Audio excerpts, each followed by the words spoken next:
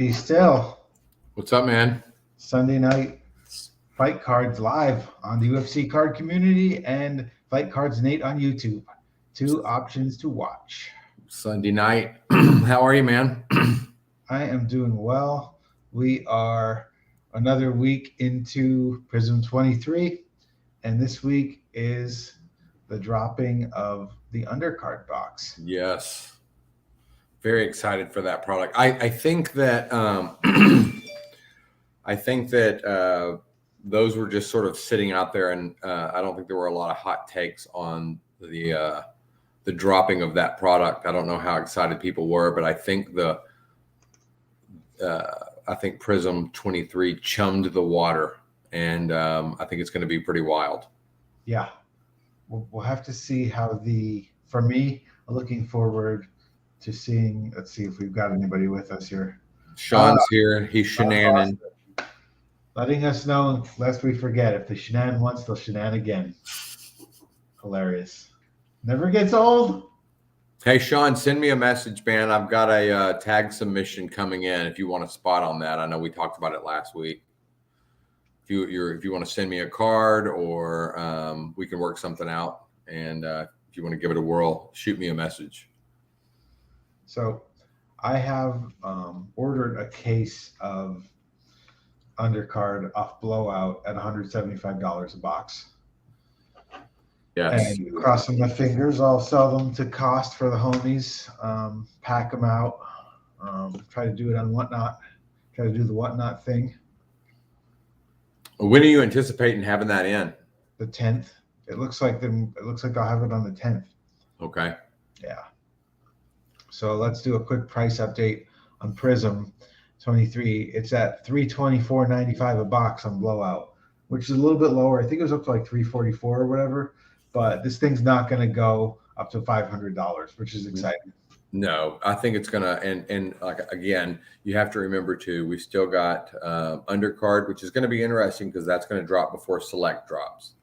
So it's going to spread that money around a little bit. So those may drop back down to, we might even see them go as low as $299.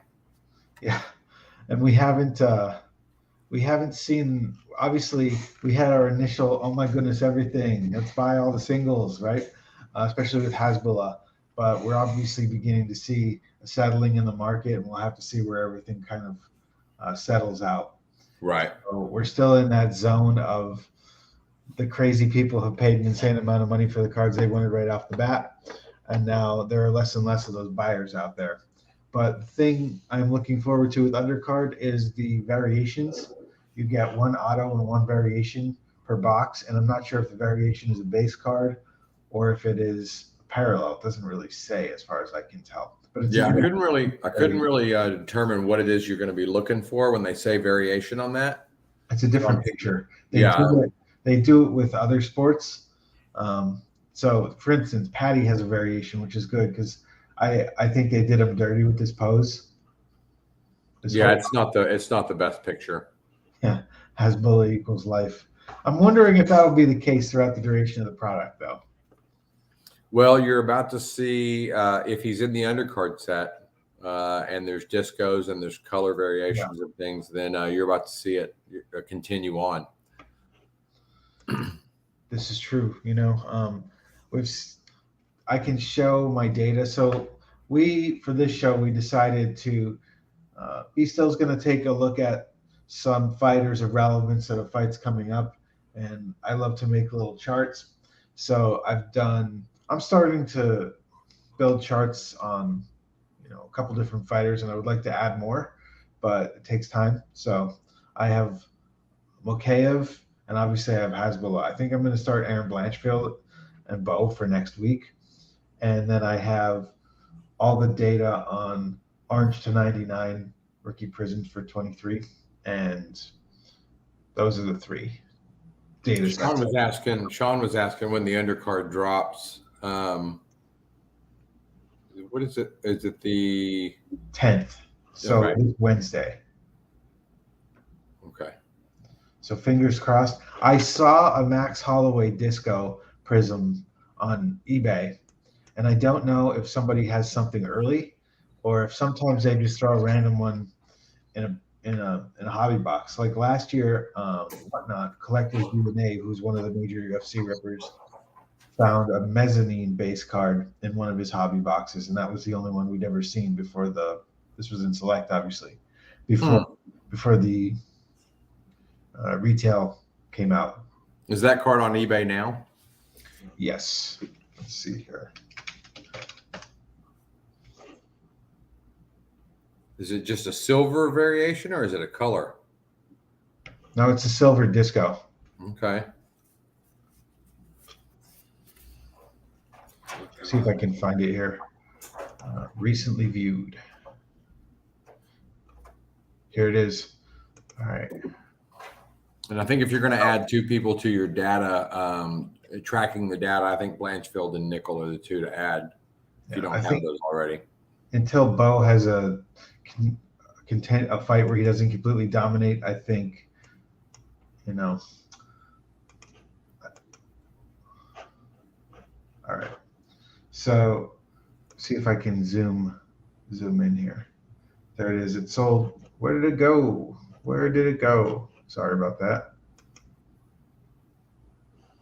There it is.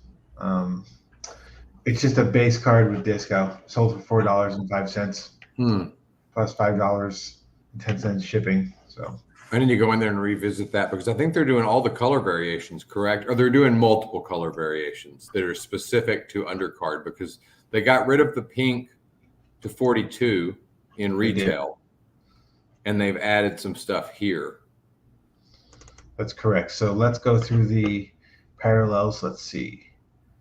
They're going to have ice. I saw a picture of a blaster box. You're going to be chasing green. We can stop. So there it is. Okay. Nothing else to see here. All right. So you are going to be chasing. Obviously, you'll get silvers and greens in the blasters. You're going to be chasing the green pulsars, which, as you said, pinks are gone. These are going to have cracked ice in the blasters, and in the undercard we'll have red undercard, which is red disco to 99, blue disco to 25, gold disco to 10, and that's it. No so one ones, no to fives. Right, red, blue, and gold, and then one auto and one image variation. Okay. So really, the image variation in a color is probably the hit to get, a gold image variation. Right. All right. Jeffrey has reported for duty. Thank you, sir. What's up, Jeff? Begin to drop hot takes. All right. So yeah, I'm curious. So let's check out the 299s. That's what we sort of picked to track because it was kind of an entry level numbered card. For sure. So the orange is for Prizm 23. Yeah. So basically what I did was I took all the sales data for all of the orange rookies to 99 for Prizm 23, and I just made a bar graph. It was either their average sales or in many cases, about half the fighters there have been no sales on eBay for about half the fighters. So you'll see here, I'll show you, then I'll explain it. Okay.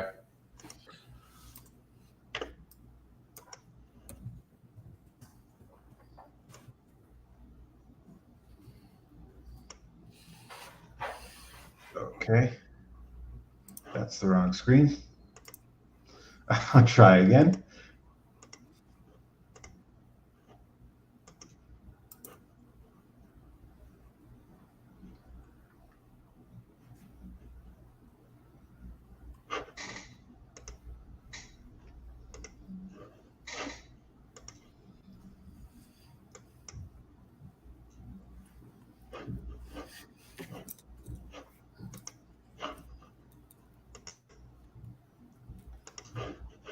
Something's wrong on the computer. Not working. Sorry, I am sorry. Doing a bad job of carrying the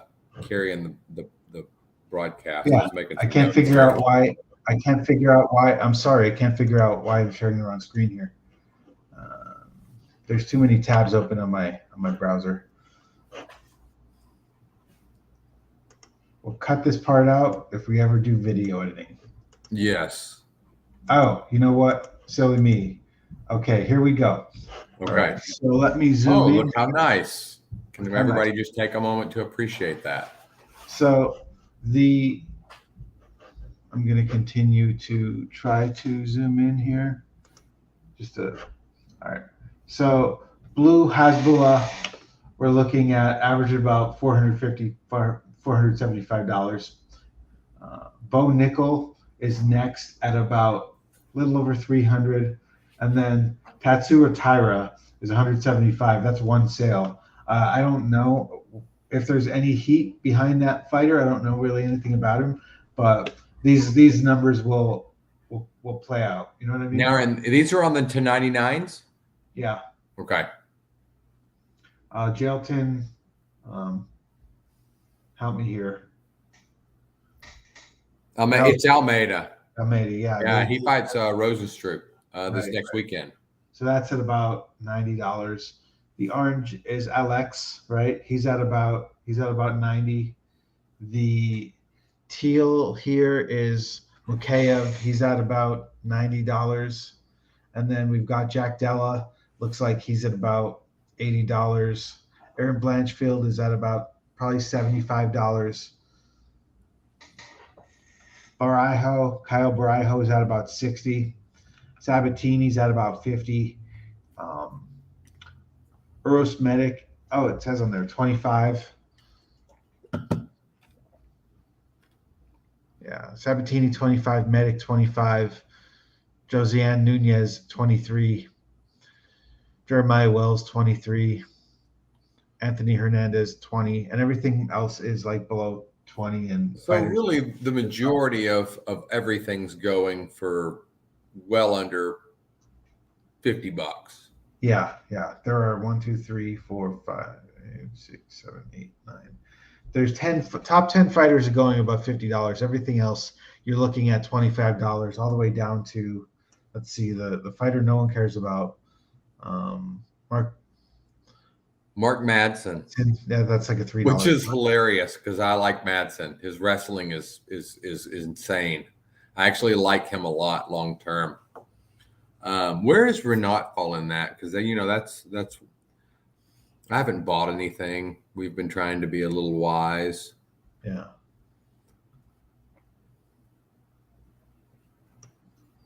Having a hard time reading. Possible no sales. Okay. And what about Basharat? Is he on there?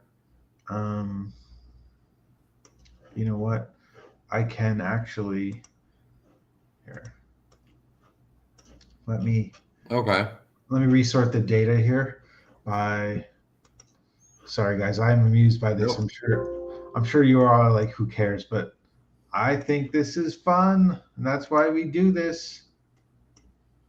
All right. So Basharat hasn't had any sales yet. Okay. In orange. And then who else were you asking about? Boy, this is a fun little list. What about Carlos Ulberg? No sales in orange. No sales in orange. Interesting. I like Madsen. I like Ulberg. I like Basharat. I like Renat. Those are probably the guys that I'll chase. I like all four of those guys. So really, it seemed crazier, I guess, than it really was. That's not a lot different than what Prizm last year was. To 99s, a lot of those rookies were selling in the $30 to $40 range initially. Yeah. And then it just so happened that by the time the end of the year rolled around, you could buy golds for $50, $60. What's up, Clint McCain, the meme father? Clint is on here. Yeah. Awesome. What's up, Clint? Hope you had a great weekend, man. Yeah. He is the king of memes. He is. He must pump out 30 memes a day. Dude, if I could get a Clint McCain meme calendar of the day just to tear off one for my office. Seriously. I'd buy one. So,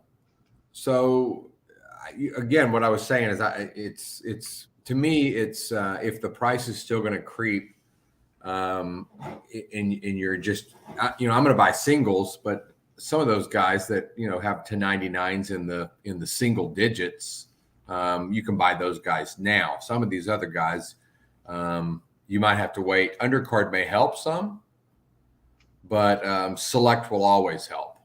yeah. The arrival of select always makes it'd be really interesting. We could go in and look. You could really see it from last year. You could track it this year after select hits, but it makes me wonder how many of the rookies that are in Prizm that take off pretty quick. How many of them actually fight between the time Prizm releases and the time select releases? Because that money just shifts. It's not like the fighters lose popularity. It's just the dollars shift to select and the new product. And it makes me wonder how many of those people will have a fight before then to potentially drive that price up. Because if they're not going to have a fight, it seems like wait until select hits is the time to pick up those cards. And I am looking for, let's see. I'm looking for the release calendar here. So our next release is actually on the 8th. Premium box sets will be dropping. Right. That's this month. I didn't know about that. Donruss, although that might not be true, that might have been a mistake. Donruss is dropping June 9th. And then we don't have select on the calendar yet. It's probably July, August. I don't know. Yeah, maybe. I don't think Donruss will. I don't know how well received that will be. I don't know if that will be enough to detract from much attention from Prizm. No, I think it'll be a different game than last year. Because last year, I think it will definitely be a different game than last year. Oh my God, I'm dying over here. Last year, Donruss is a new product. Prizm 22 was not. People didn't love it. I didn't anyway. And Right. this year, we've got the Hasbulla madness, and I don't know, just design wise, I don't love Donruss. And we also know, how it will play out price wise. Right. So they're starting. Blowout has Donruss at 150 right now. Mm-hmm. Last year, I think it was like 300 to start. Yes, and then it dropped quickly. Yeah. And it's rebounded now. It's about 125, I think. Mm-hmm. Blowout, which is weird, but hey, it's still a fun rip. The problem is they didn't correct the 300 base cards problem. That's still going to be the set. Yeah, it's going to be big. And I also just touching back on the stuff that's landing. It seems like Panini has such an opportunity with Prizm blasters to throw some stuff in there, some special blaster exclusives, like select. You could pull so much great stuff out of select. And I read the side of somebody posted a Prizm blaster box. I don't know if they've got one already or they've seen it or if they just snagged the picture off from online. But there's just nothing in there again. Chasing cracked ice. I guess. Cool card, but yeah, cool card. But I guess the green is in there. Yeah, look, if there's a box, that's one thing. You get a silver, a green, and a cracked ice. Right. But there's not. Yeah, we ripped so many blasters early on last year that had one silver. Yeah. And it was brutal. It was really brutal. So I'm real curious to see how well those are going to go over, if they go over, at all. And by the time they come out, and when those hit, listen, nobody's paying $25 for your Hasbulla base card anymore. Right. Yeah. That's Hasbulla's base cards are holding steady at about 20 right now, a little bit. Mm-hmm. But wait till the Prizm blasters flood the shelves. Yeah. And the number of base cards comes out. So sell your Hasbulla base and silver and even Ruby Wave. It seems like there's a lot of Ruby Wave Hasbullas have been printed and sold. Yeah. So. Get what you can for them. Yeah. But I love Be Still because you are really good at picking out the fighters that the market hasn't discovered yet and pointing us in their direction and saying, "Watch these guys go." Right? I enjoy, yeah, I enjoy. Listen, I wished that. Listen, if I won the lottery, my collecting habits would probably change dramatically. But I have a hard time just spending major bucks when the water's been chummed and people are going crazy over. I'm not going to go drop, 300 $400 on a Bo Nickel card if I can drop $300 or $400 on a dozen cards of fighters that I find interesting. Yeah. And we had talked before, and there was rookie cards last year, and I don't know. I haven't looked yet. I don't know what they're going for, but I did. I follow Prizm on Instagram, and I just, it's been a while. It's been like, I think I've got it here. I think it's been almost a year. It was back fight night 209, Gone versus Tuivasa. Back in September was the last fight he had. And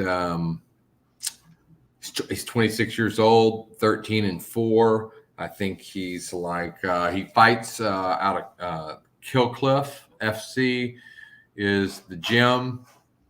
And I think he's like 7 out of his last 9 fights, but his cards just, I know I've seen him pick your fighter breaks before where they're, $5.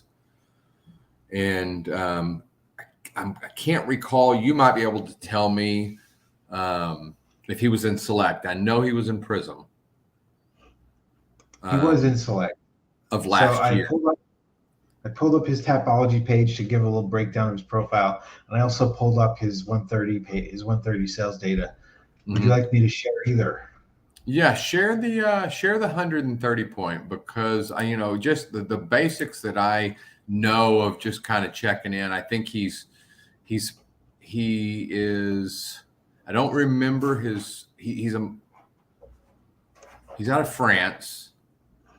But I noticed on Instagram something that was interesting, and just if you're looking for a cheap rookie, he's been training in Luxembourg with Kamzat and some of those guys, and that's kind of his game.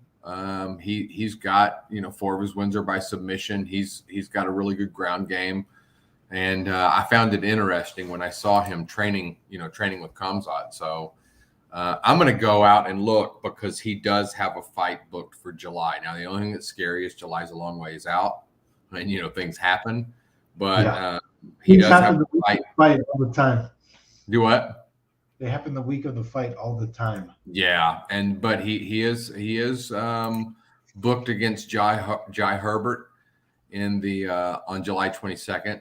And Herbert is, let's see, 1, 2, 3. 2 and 3, 2, 3 and 1 in his last 6 fights, and so it'll be interesting. If I got an ad popping up here. Tapology has Herbert as the number 44 best lightweight in the world, and they have Ziam as number 58. Yeah, it's probably activity. Herbert fought twice in 22, and he had the draw in 23. And Ziam just hasn't fought. He hasn't, he fought the one time. He fought twice in 22, but he hasn't fought since September. So it's been a minute. But if you've got the 130 point pulled up, I'd be interested because I haven't gone in and looked yet, but I may try to scoop up a few with a fighter that's coming back. I mean, listen, that's why people go in and buy rookie cards. They're taking a flyer on a guy. So there's an opportunity here. His red Prizm rookie $250, his marooned 125 $1.33. Here it is, gold disco Prizm from Select. Obviously, it's not obvious actually. Gold disco Premier level PSA 10. Looks like a PSA 10. $40. It's not listed. It's only the picture. It's not listed. So that could have been under the radar. Okay. PSA 9 Mojo Prism, $20.40. Gold Prism Rookie, 76, which is a little bit higher than, I guess, Prism Rookies. I guess Look at Prism the next one. Elephant, $26. I'm not sure what elephants are going for right now. That feels like a good price. That's a great card.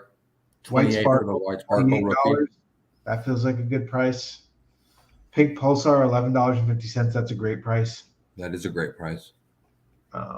Canadian, $2 for his bronze, which those cards carry no value. No, they don't. But sense, yeah.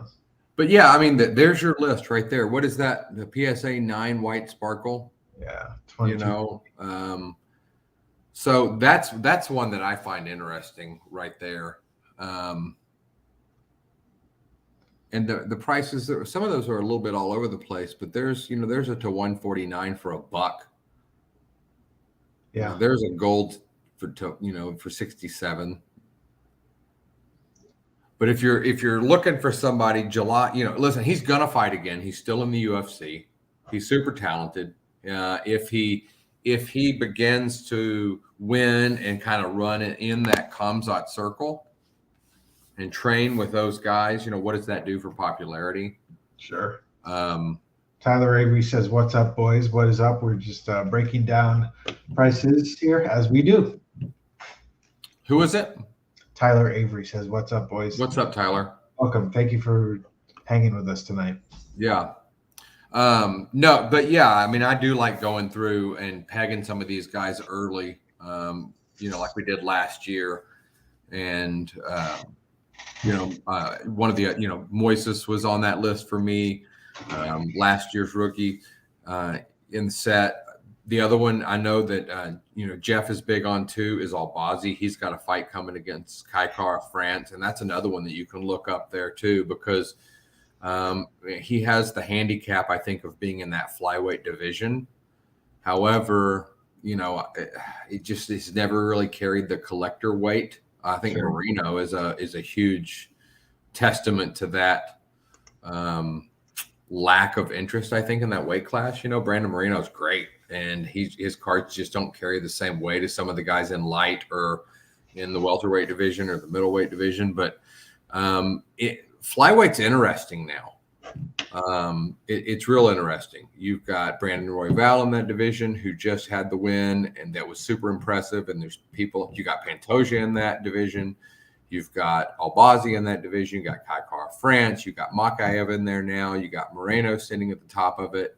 And so with some of these guys coming in, we might see some really spectacular fights. And Albazi, to me, I think he's criminally underrated.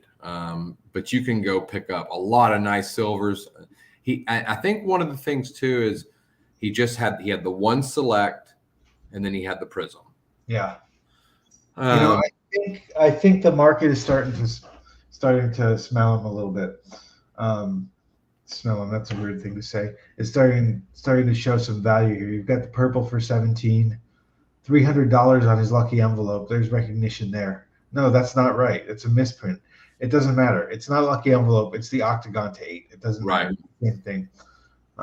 That's a nice. There's not a ton of $300 cards like there was 2 years ago, and that's a nice sell if you're the owner of that card. You're real happy with that. Yeah, but you've been telling us about. Ooh, look at nice print line across the top of that gold. There we go.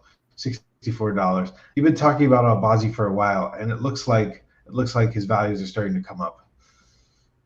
Is that a white sparkle? $54. See, that's nice. If these are centered cards or remotely nice cards that you can feel confident grading or moving on, I do like him. I do like him a lot, and I think he wins this Kaikar France fight. And I'll throw another one out there that I think that I find interesting right now too is, and Nate just ditched me, is Alex Caceres is fighting. And I know you and I have talked to, what's up, Jack? Look at that dog. Jackie has to go to the bathroom. He's standing in front of my door. Oh, is that what that means? That is what that means. Okay. Let me try to hold on one second, Jack. Let me try to look at something. I should have taken him out before the show started, but I figured he'd be chilling the whole time. I feel like if I sit him in my lap, we can make it through the show. Well, he might. Let's see. Well, if you're going to try that, why don't you share it? Pull up Alex Caceres for me. Okay. On 130 point. Because we talk all the time, and as a matter of fact, Jeffrey and I went back and forth on a Facebook thread in good fun earlier today. But we talk all the time about fighters and wins and style of fighting. You know, how stylistic is the person? What's the personality? Is it a fun fighter to watch? And you know, Alex Caceres is ranked now.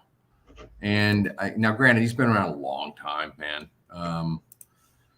Bruce Leroy, I think let's see. Yeah, he's 34, 20-13, but he's won. I think he's won 7 of his last 9. He lost to Sadiq Youssef in a decision, but before that, he'd rattled off about 6 wins. He won against Arosa in December. The main thing is he's a fun fighter, man.